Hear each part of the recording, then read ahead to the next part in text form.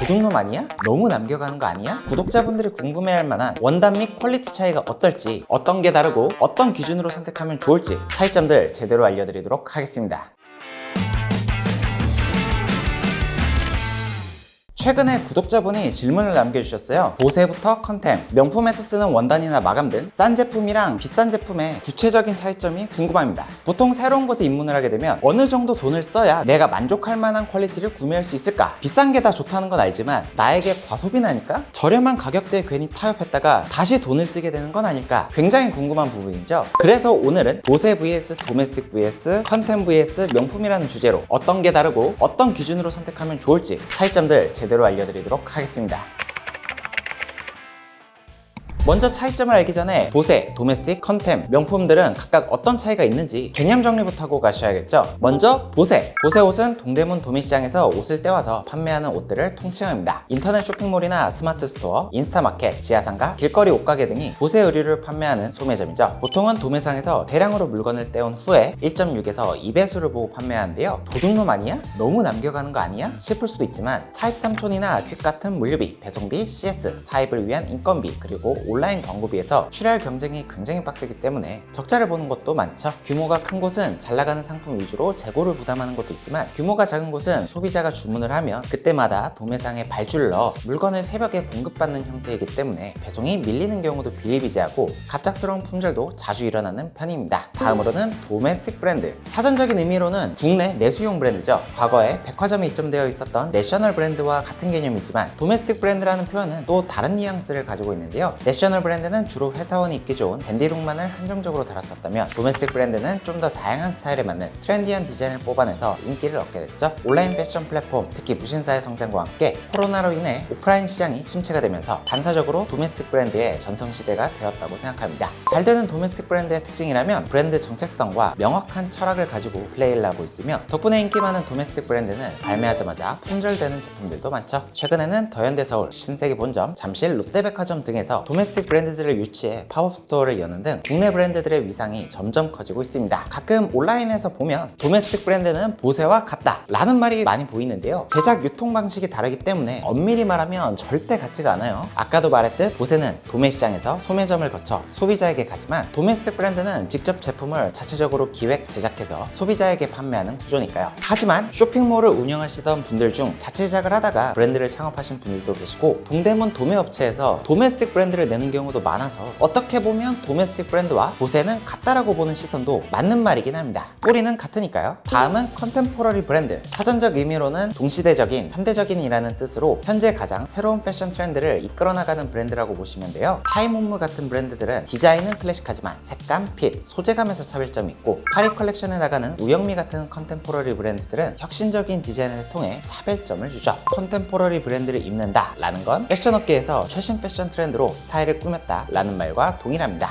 그 외에도 시스템 홈무, 준지, 송지호 홈무 같은 국내 브랜드들이 있으며 아미, DKNY, 산드로, 아크네 스튜디오 같은 브랜드들도 컨템포러리 브랜드로 분류됩니다. 마지막으로는 명품 브랜드. 많이들 헷갈려 하시는 게 명품과 하이엔드 브랜드의 차이점을 잘 모르시더라고요. 명품 브랜드들은 오랜 기간 동안 상품적 가치와 브랜드 밸류를 인정받은 고급 브랜드를 뜻하는데요. 주로 구찌, 샤넬, 버버리, 루이비통, 발렌시아가, 프라다, 입생로랑 등 역사가 깊고 근본이 있는 브랜드들이 있습니다. 반대로 하이엔드 브랜드들은 명품보다는 역사가 짧지만 브랜드 아이덴티티나 디자인 등이 혁신적이고 최고의 품질을 추구하는 브랜드들이죠. 톰포드, 톰브라운, 베트머, 마르지엘라, 리보엔스 등등 컬렉션 브랜드들이 보통 하이엔드 브랜드라고 부릅니다. 명품 브랜드는 하이엔드 브랜드라고 불릴 수 있지만 하이엔드 브랜드가 전부 명품 브랜드는 아닌 거죠. 개념들을 간단히 비교해봤으니까 이번엔 구독자분들이 궁금해할 만한 원단 및 퀄리티 차이가 어떨지 알려드릴게요. 고등학교 수학 시간 때 배우는 로그 함수의 그래프죠. 가격과 퀄리티는 대체적으로 정비례하긴 하지만 가격이 오르는 만큼 퀄리티가 무조건 좋아지지는 않는데요. 가격이 오르는 만큼 퀄리티가 오르는 구간도 분명 존재를 하지만 이 한 끗 차이를 위해 굉장히 돈을 많이 써야 하는 구간도 분명 존재하거든요. 일단 보세 옷들의 특징부터 알려드리자면요. 온라인에서 보여주는 비주얼과 가격이 가장 중요하죠. 그래서 보이는 부분은 신경을 많이 쓰지만 보이지 않는 부분은 신경을 안 쓰는 특징이 있습니다. 일단 원단 같은 경우도 값싼 원단을 보통 쓰기 때문에 때문에 소재의 단점을 그대로 가지고 있어요. 예를 들어 울 원단은 까슬거리고 아크릴은 보풀이 장난 아니죠. 나일론은 정전기 때문에 피카츄가 될 수 있고 코트는 구김에도 약하고 한 번 빨면 쭉 줄어들 수가 있습니다. 청바지도 한 번 입으면 무릎 발사가 되는 경우도 흔하고요. 그래서 대부분 보세 옷들은 만지기만 해도 사실 퀄리티를 알 수 있는 부분이죠. 그리고 또 원가 절감 때문에 가장 많이 차이가 나는 부분이 바로 봉제 그리고 봉제실인데요. 안감에 사용되는 봉제실이 퀄리티가 나쁘면 허벅지나 종아리가 쓸려서 피가 나는 경우가 있어요. 아닌 것 같죠? 직접 제가 다 경험을 했었던 일입니다. 거의 수세미실 정도였죠. 그리고 아우터 같은 경우 안주머니가 없는 경우도 굉장히 많고요. 자켓이나 바지에 달리는 지퍼, 단추 같은 부자재들이 대부분 중국제이기 때문에 퀄리티가 그렇게 좋지가 않아요. 특히 중국산 지퍼는 비전문가가 만져봐도 굉장히 뻑뻑하죠. 그리고 제 친한 지인 중에 꽤 고가의 브랜드를 담당하는 모델리스트가 있는데 그 친구 패션러는 보세는 옷 하나하나에 공을 들이기보다는 건당 빠르게 찍어내는 게 중요하기 때문에 브랜드에 비해서 핏이 엉성한 경우가 대부분이라고 합니다. 반대로 이 구간에 있는 컨템포러리나 하이엔드 브랜드들의 특징은요, 안 보이는 데를 엄청나게 신경을 씁니다. 보세랑 반대죠? 일단 원단의 단점이 잘 안 느껴져요. 울원단은 보온성은 좋은데 까슬거림이 거의 없어 굉장히 부드럽고, 고급 나일론은 정전기도 거의 없고 마찰 소리도 적죠. 고급 면원단은 구김은 비록 있을지언정 세탁을 해도 줄어듦이 크게 없습니다. 봉제도 피부에 자극이 없는 고품질 봉제실을 사용하고, 부자재 중에서는 특히 이 지퍼 하나만 내려도 마치 기름칠을 한 것처럼 미끄럽게 내려가 사용자에게 감동을 주는데요. 고가의 브랜드의 경우 이태리 람포 지퍼나 스위스 리리 지퍼를 사용하곤 하죠. 물론 YKK 지퍼를 쓰는 컨템 브랜드들도 많습니다. YKK도 충분히 좋은 지퍼예요. YKK 지퍼 중에서 상위인 엑셀라 지퍼를 사용할 때도 있고요. 일반 YKK가 아반떼라면 YKK 엑셀라 지퍼는 제네시스급이라고 보시면 되고, 람포 지퍼는 지퍼계의 람보르기니라고 생각하시면 이해가 좀 더 잘 되시겠죠? 뿐만 아니라 핏도 솜씨 좋은 모델리스트를 쓰고 수회 샘플링을 거치기 때문에 굉장히 정제된 핏감으로 입자마자 태가 나는 경우가 많죠. 정리하자면 이 컨템포러리 브랜드와 하이엔드 브랜드 모두 실용성과 신미성, 기능성 모두 월등히 좋은 편입니다. 가격이 문제이긴 하지만요. 중간에 위치하는 도메스틱 브랜드들은 워낙 가격대가 이쪽에 있는 브랜드도 많고 이쪽에 있는 브랜드도 많기 때문에 퀄리티를 하나로 정의 내리기는 진짜 어려운 부분이에요. 하지만 어림잡아 컨템 브랜드와 보세의 중간이라고 보시면 되겠죠? 저가 브랜드들은 사실 보세와 큰 차이가 없다고 보시면 되고, 그래도 자켓 하나에 20만원 정도 하는 브랜드에서는 울 원단의 경우 울마크 컴퍼니 인증을 받은 원단을 사용하기도 하고 이태리, 일본 원단을 쓰는 경우도 많죠. 저는 유명했던 MTR 코트의 MTR이 이태리 원단 회사입니다. 심지어 자켓 하나에 30에서 50 정도 하는 브랜드들에서는 고가의 컨템 브랜드나 하이엔드 브랜드들과 원단에서는 거의 차이가 없는 경우도 있어요. 특히 도메스틱 브랜드들은 역사가 짧은 만큼 원단에서 신경을 많이 쓰는 경우를 많이 봤습니다. 좋은 원단을 썼다라는 게 중요한 마케팅 수단이니까요. 티셔츠도 이 3만원 이상대 브랜드들의 경우 세탁 시 수축을 방지해주는 덤블워싱, 텐타 가공은 기본적으로 해주기 때문에 건조기를 돌리지 않는 이상 드라마틱한 수축은 없는 편이죠. 티셔츠야말로 이 5만원 이상을 넘어가면 거기서부터는 이 브랜드 감성의 영역이고요. 또한 지퍼 같은 부자재도 대체로 YKK를 쓰긴 하는데 가끔씩 신경 쓰는 브랜드들 같은 경우 YKK 엑셀라 지퍼를 사용해요. 람포나 리리 지퍼보다는 가격대가 낮지만 실생활에서는 충분히 고급스럽고 실용적이죠.